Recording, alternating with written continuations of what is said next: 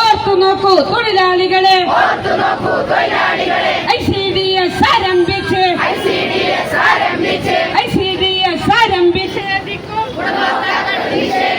കേന്ദ്രം വാഴും സർക്കാരെ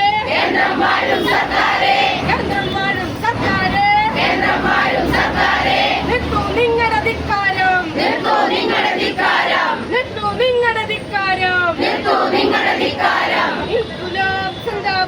ഇൻകുലാബ് സിന്ദാബാദ്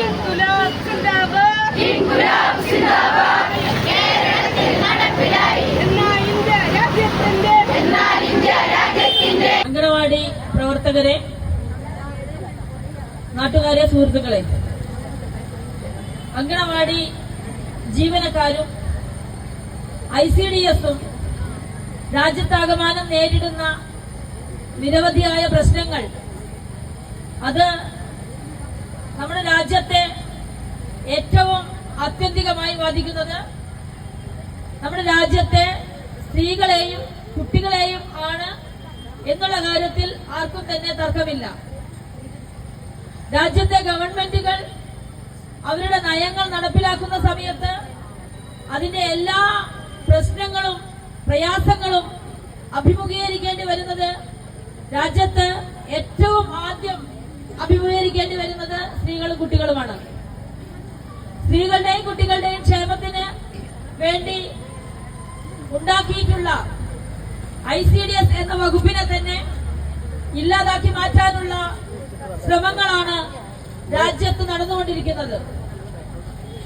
പോഷകാഹാരക്കുറവ് മൂലം അവശത അനുഭവിച്ചിരുന്ന വിഭാഗത്തിനെ ICDS എന്ന വകുപ്പ് കൊണ്ടുവന്ന് അങ്കണവാടികൾ നിരവധിയായി ആരംഭിച്ച് അതിലൂടെ അങ്കണവാടി പ്രവർത്തകരിലൂടെ ഈ പോഷകാഹാര വിതരണവും സ്ത്രീകളുടെയും കുട്ടികളുടെയും ആരോഗ്യം സംരക്ഷിച്ചു പോന്നിരുന്ന അങ്കണവാടികളെ ഇപ്പോൾ സ്വകാര്യവൽക്കരണത്തിലേക്കും ഇല്ലാതെയാക്കുന്നതിലേക്കുമാണ് കേന്ദ്ര ഗവൺമെന്റ് പോയിക്കൊണ്ടിരിക്കുന്നത്.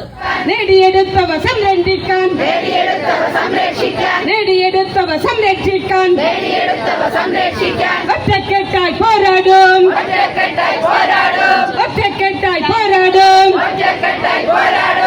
റൈറ്റുകൾക്ക് തീരെഴുതിക്കൊണ്ടാണ് ഇന്ത്യ രാജ്യം കടന്നു പോകുന്നത്.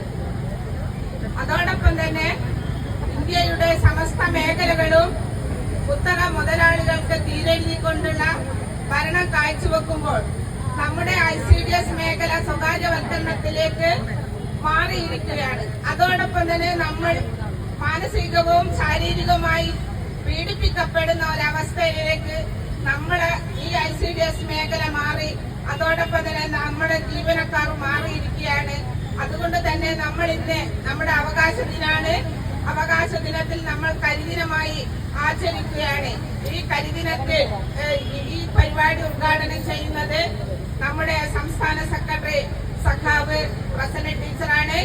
പ്രസന്ന ടീച്ചറെ ആദരപൂർവ്വം ഉദ്ഘാടനം ചെയ്യാൻ ക്ഷണിക്കുകയാണ്. അവകാശ ദിനം ആഘോഷിക്കുകയും ആചരിക്കുകയും ഒക്കെ ചെയ്യാം. പക്ഷെ ആഘോഷിക്കണമെങ്കിൽ നമ്മൾക്ക് ജൂലൈ 10 അവകാശ ദിനം എന്നാണ് ആഘോഷിക്കാൻ സാധിക്കുക എന്നതിനെ കുറിച്ച് ആർക്കും ഒരു എത്തും പിടിയും ഇല്ലാത്ത അവസ്ഥയാണ്.